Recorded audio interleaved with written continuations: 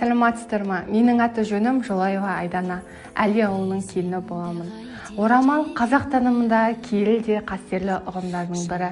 Ақжаулықта әжелеріміз, ақ орамал таққан жеңгелеріміз әрдайым қазақ танымында бетке ұстар айнасы болған.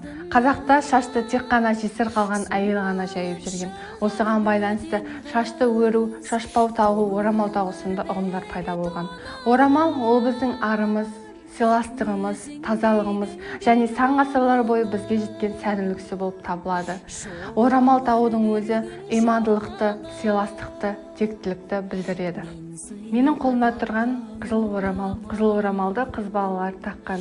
Қыз балалар босаға аттап, келін атағына ие болғанда қызыл орамалдары ақ орамалға ауысқан.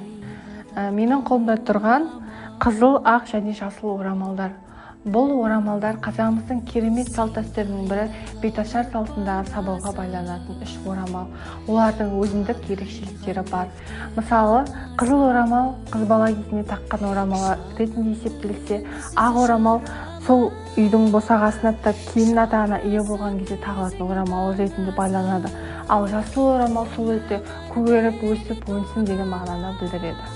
Менің басындағы керемет орамал мен үстіндегі әдемі камзол, енемнің босаға аттап келін атанған кездегі таққан орамал мен камзолы. Бұны маған сыйға тартқан. Мен үшін ең керемет сыйлықтардың бірі осы. Менің қолымда тұрған орамал түбіт орамал деп аталады. Бұл ескінің көзі. Бұны өзімнің анама үлкен енесі сыйға тартқан. Менің басымдағы керемет орамал үкілі орамал деп аталынады. Қазіргі таңдағы ең сәнді орамалдардың бірі. Менің басымдағы орамал кестелі орамал деп аталынады. Бұны орта жастағы әйелдер мен үлкен апаларымыз тағатын болған. Келесі кезекте орамалдың түрлерін көрсететін боламын.